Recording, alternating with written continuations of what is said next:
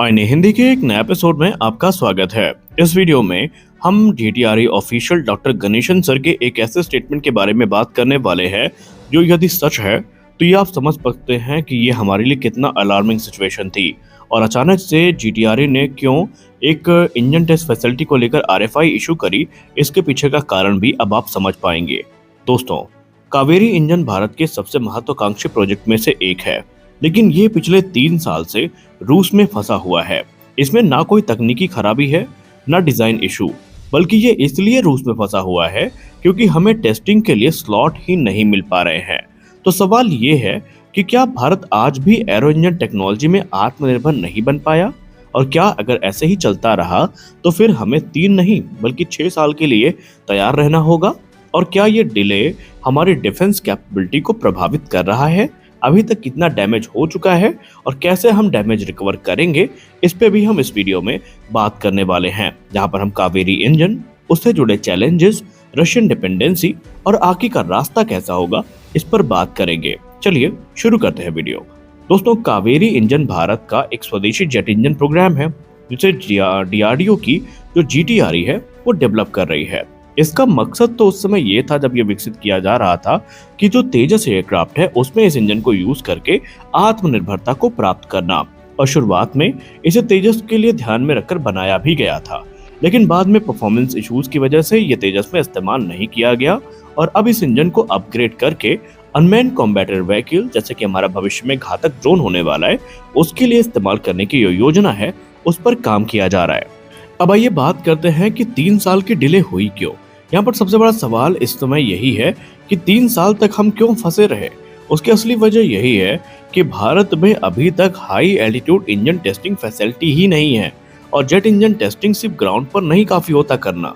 इसके लिए हमें एक्सट्रीम कंडीशन में भी इन इंजन को टेस्ट करना पड़ता है, जैसे कि 10,000 से लेकर 13,000 मीटर की ऊंचाई पर, लो ऑक्सीजन वाली कंडीशंस पर, हाई टेम्परेचर वेरिएशंस पर। और ये टेस्टिंग इंडिया में पॉसिबल ही नहीं है क्योंकि अभी तक आज भी प्रेजेंट डे में हमारे पास ऐसी फैसिलिटी है ही नहीं जहां पर हम इन इंजन्स को टेस्ट कर सकें। इसलिए भारत को बार बार रूस जाना पड़ता है जहां पर इस प्रकार की एडवांस टेस्टिंग इंफ्रास्ट्रक्चर मौजूद है, लेकिन वहां स्लॉट्स बहुत लिमिटेड हैं और इंटरनेशनल डिमांड बहुत ज्यादा है। इसका परिणाम ये हुआ कि कावेरी इंजन जो 3 साल पहले ही सर्टिफाई हो सकता था, 3 साल तक रूस में फंसा रहा। और इसका इम्पैक्ट क्या है आप समझ सकते हैं। इसमें बहुत बड़ा डिले हमें देखने को मिला और इस डिले का असर इंजन तक सीमित नहीं है। इससे हमारे डिफेंस प्रोजेक्ट स्लो हो गए, कॉस्ट काफी बढ़ गई, चाहे इसमें स्टोरेज कॉस्ट हो गई, लॉजिस्टिक कॉस्ट हो गई, रीटेस्टिंग कॉस्ट हो गई, ये सारी चीजें बढ़ गई। इसके अलावा जो हमारा इनोवेशन साइकिल है ये धीमा हो जाता है और सबसे बड़ी बात, भारत की डिपेंडेंसी रूस पर परमानेंटली बनी हुई है। इवन प्रेजेंट डे में भी कावेरी इंजन टेस्टिंग के लिए हमारा कावेरी इंजन रूस में है। यानी अगर कल जियोपॉलिटिकल टेंशन और ज्यादा बढ़ जाता है और ऐसे क्रिटिकल कंडीशन आ जाते हैं कि चीजें हाथ से निकलती नजर आए, तो ऐसे क्रिटिकल प्रोजेक्ट और भी डिले हो सकते हैं। लेकिन अब इसका समाधान क्या है? देखिए, समाधान तो है, लेकिन अगर मैं आपसे ये कहूँ कि समाधान एक दिन में हो जाएगा तो ये सिर्फ एक बेईमानी है। भारत इस प्रॉब्लम को समझ चुका है और इसीलिए defence research and development organisation ने अपना जो फ्यूचर का प्रोजेक्ट है उसको प्लान भी कर लिया है। और वो प्लान है national aero engine test complex facility, जिसके बारे में हमने आपसे लास्ट वीडियो में बात करी थी।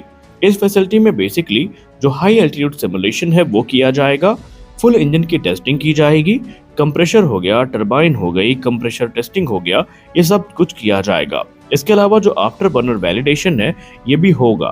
यानी पूरी टेस्टिंग इकोसिस्टम भारत में ही विकसित करी जाएगी। और अगर ये टेस्ट फैसिलिटी जैसा कि अनुमानित किया जा रहा है कम से कम समय में विकसित की जाएगी, यदि ऐसा होता है तो टेस्टिंग फास्ट होगी, फॉरेन डिपेंडेंसी खत्म होगी, फ्यूचर इंजन जल्दी ही डेवलप किए जा सकेंगे। और कावेरी इंजन अभी डेड प्रोजेक्ट क्योंकि नहीं है और बार बार इस चीज को जीटीआरई ने एक्नॉलेज किया है, तो हम ये मान सकते हैं कि अभी कावेरी इंजन पर जो प्राथमिक हमारा लक्ष्य है वो है मुख्यतः इसके सर्टिफिकेशन को पूरा करवाना, क्योंकि आगे चल के यही कावेरी 2.0 की आधारशिला भी रखने वाला है। लेकिन यहाँ पर प्राइमरी टारगेट हमारा यूकैप को पावर करना है, जैसे कि घातक हो गया। इसीलिए इस इंजन को गेम चेंजर माना जा रहा है। और अभी डॉक्टर गणेशन ही वो वैज्ञानिक हैं जिन्होंने हाल ही में एक काफी चौंकाने वाला बयान भी इस इंजन प्रोग्राम को लेकर दिया था। जहां पर उन्होंने कावेरी इंजन सर्टिफिकेशन को लेकर ये कहा था कि इस 2026 वर्ष के खत्म होने से पहले हमारा टारगेट ये है कि हम सर्टिफिकेशन पूरा कर लें। और यहाँ पर उसके बाद जो आफ्टर बर्नर वाला वेरिएंट है उसको भी टेस्ट किया गया और ये दिखाया गया कि हम यहाँ पर ये चीज़ों को अचीव कर सकते हैं। और यहाँ पर उन्होंने सबसे बड़ी बात जो कही वो थी कावेरी 2.0 को लेकर के। उन्होंने कहा कि कावेरी 2.0 हमारे लिए सबसे प्राइमरी प्रोजेक्ट है। ये मूल जो कावेरी इंजन है उससे बेहतर होगा, उससे ज़्यादा थ्रस्ट को प्रदान करेगा।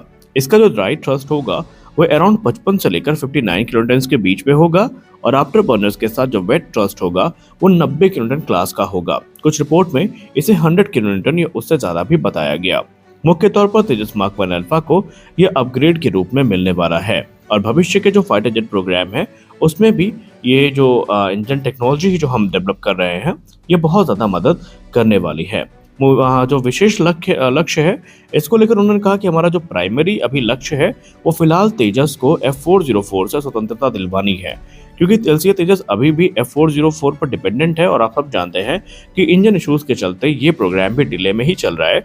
आज 2026 का मार्च चल रहा है, इनफैक्ट आप कह सकते हैं मार्च खत्म होने वाला है, लेकिन अभी भी मार्क 1 अल्फा ज्वाइन नहीं किया। क्योंकि अगर हम रिपोर्ट्स की बात माने तो रिपोर्ट दावा करती थी कि 2026 की पहली तिमाही में भारतीय वायुसेना को तेजस मिल जाएंगे।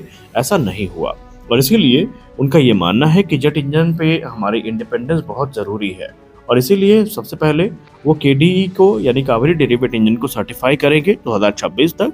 उसके बाद जो आफ्टर बर्नर वाला केडीई वेरिएंट है उसको टेस्ट करेंगे। संभावित है कि तेजस मार्क 1 यहाँ पर एक फ्लाइंग टेस्ट बेड की भूमिका निभाएगा और जो डेटा प्राप्त होगा उससे जो नया कावेरी 2.0 का कोर है वो डिजाइन किया जाएगा, जो कि ज़्यादा थ्रस्ट जनरेट करेगा, बेहतर एफिशिएंसी देगा और उसमें मटेरियल्स भी काफ़ी एडवांस होने वाले हैं। और सब कुछ अगर ठीक रहा तो 6 से 7 साल में उनका दावा है कि कावेरी 2.0 तैयार हो सकता है, लेकिन इसमें भी एक शर्त है कि इसके लिए फिर इंडियन एयरफोर्स को और सरकार को पूरी तरीके से कमिट करना पड़ेगा। कावेरी 2.0 हमारे लिए महत्वपूर्ण इसलिए है क्योंकि अगर ये सफल हुआ तो भारत खुद के फाइटर जेट के लिए इंजन बना पाएगा और फिर हमें अमेरिका की डिपेंडेंसी से मुक्ति मिल जाएगी हमेशा हमेशा के लिए। और इसके अलावा जो भारत की इंडस्ट्री है उसको तो बूस्ट मिलने ही वाला है। यानी आपने समझा कि कैसे कावेरी इंजन यहाँ पर 3 साल से रूस में फंसा है और इसको लेकर जीटीआरई ने किस पे क्या कहा है। तो आप यहाँ पर बताइए गलती किसकी थी? क्या हमें ये चीज़ें पता नहीं थी कि अगर हम इंजन प्रोग्राम बना रहे हैं या आगे बढ़ा रहे हैं तो हमें टेस्टिंग फैसिलिटी की जरूरत पड़ेगी?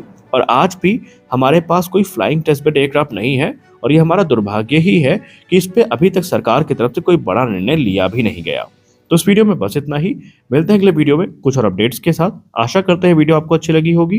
वीडियो अच्छी लगी वीडियो को लाइक करिए, नए चैनल को सब्सक्राइब करिए। मिलते हैं अगले वीडियो में, तब तक के लिए जय हिंद।